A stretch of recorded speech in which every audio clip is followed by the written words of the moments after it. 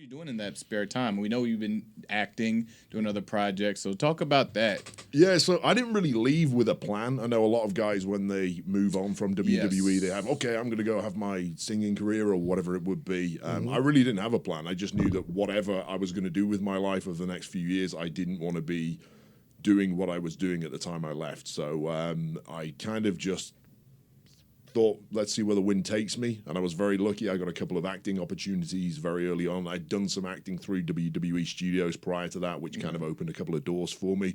So did some of that, did some hosting. I did a show on Netflix called Ultimate Beastmaster, which was a pretty big deal. It's kind of like Ninja Warrior, if you watch that kind of Netflix's equivalent of that. So I was very lucky again. I got an opportunity to do some hosting there. And then from that, some wrestling hosting and working with companies like NWA and World of Sport in the UK came up, which is really how Michael Cole and Tom Phillips suddenly realized, hey, we should try and get Wade in here and back involved. So that's how it turned out for me. So really just a lot of playing it by ear, seeing where things go and seeing where the breeze took me over those few years. Yeah, transitioning from wrestling, we don't really have agents. We don't have like a book, like an agent committee or like a,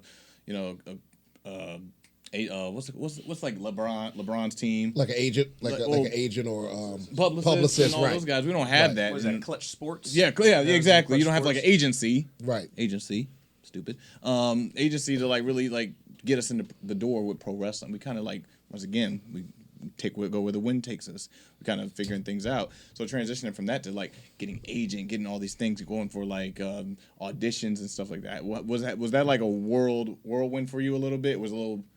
Yeah, it's a very different world. I think anyone who gets involved in the wrestling industry at first, you have no clue how it works. You turn up at a wrestling school and then you try and figure out, well, how do I get on the shows? And slowly but surely you build up this kind of network of contacts that gets you into the next show, and then you get a contact at WWE to send you video to or whatever it is. So it's a very slow process of growing. It's the same in the film world. I was lucky in that I was introduced to an agent very quickly after I left WWE. So I have an agent in the UK who's been great.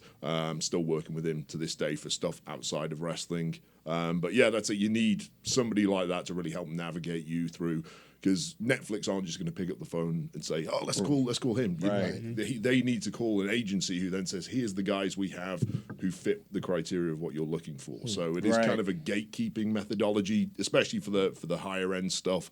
So yeah, you absolutely need that.